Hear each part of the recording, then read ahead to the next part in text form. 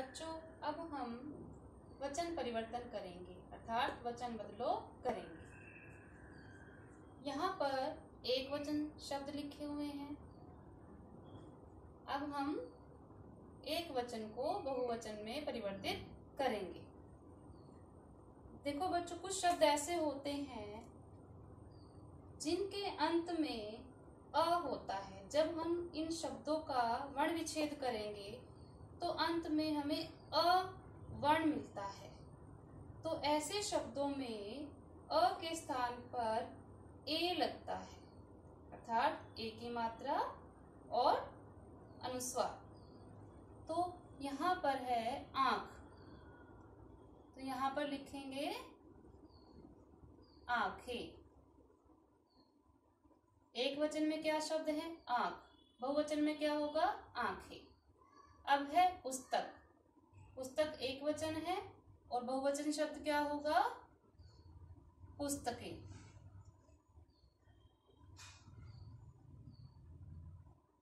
इसी प्रकार से शब्द है बहन। बहन का बहुवचन रूप क्या होगा? बहनें।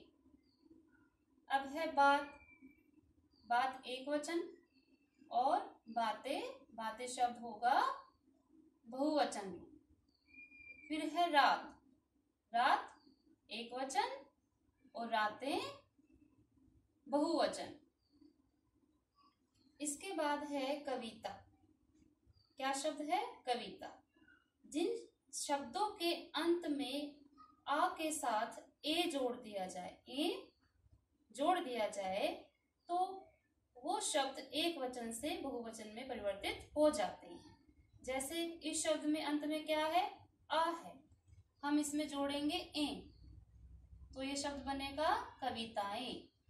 कविता शब्द एक वचन और कविताएं बहुवचन। इसके बाद है कन्या। शब्द क्या है? कन्या। इसका बहुवचन रूप होगा कन्याएं। माला एक माला, मालाएं अनेक मालाएं, अर्थात माला एक वचन, मालाएं बहुवचन। अब है नदी। बच्चों, कुछ शब्द ऐसे होते हैं जिनके अंत में ई को इक में बदलने और या जोड़ देने से बहुवचन शब्द प्राप्त होता है। जैसे है नदी। यहाँ पर देखिए, नदी का बहुवचन रूप है नदियां।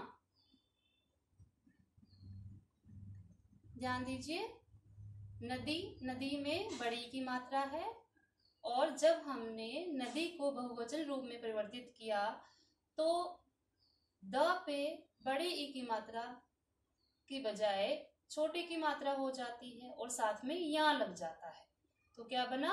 नदियां। अब है मछली। एक वचन मछली और बहुवचन रूप क्या होगा? मछलियां। यहाँ पर भी बड़ी की मात्रा है और वो किसमें परिवर्तित हो गई? छोटी की मात्रा में और साथ में या, तो मछली एक वचन, मछलियां बहुवचन। आगे है सखी। तो सखी का बहुवचन रूप क्या होगा? सखियां। शक्ति का बहुवचन रूप क्या होगा? शक्तियां। बच्चों, आगे है चिड़िया। यहाँ पर या है, चिड़िया एक वचन में चिड़िया, और जब हम या के साथ चंद्र बिंदु लगाएंगे तो चिड़िया का एक वचन रूप चिड़िया बहुवचन हो जाएगा। देखिए इस प्रकार से, चिड़िया एक वचन चिड़िया, बहुवचन चिड़िया। अब है गुड़िया, और इसका बहुवचन रूप होगा गुड़िया। आगे है डिबिया, और एक वचन है डिबिया, बहुवचन रूप क्या होगा? डिबिया। आगे है लुटिया, एक वचन, बहुवचन क्या होगा? लुटिया। अब है वधु, धातु, ये शब्द दिए गए हैं। ऐसे शब्दों में ई शब्द के अंत में उ और उ के स्थान पर उए करने से हमें बहुवचन शब्द प्राप्त होता है। देखिए, बड़ा उ है, यहाँ पर छोटा उ है, और इन शब्दों के स्थान पर उए करने से हमें बहुवचन रूप प्राप्त होगा। देखिए, वधु,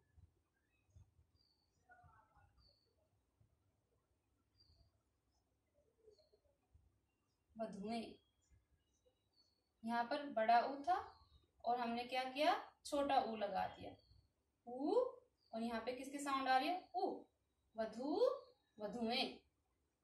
अब है धातु, यहाँ पर पहले से ही उ है तो धातुएं।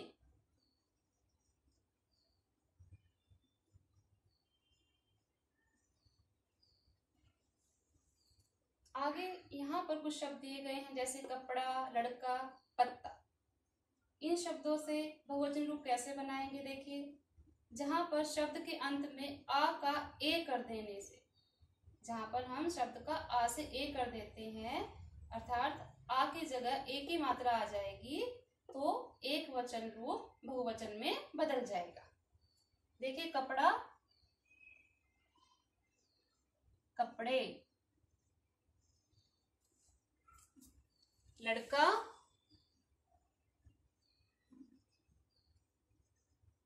लड़के, पत्ता,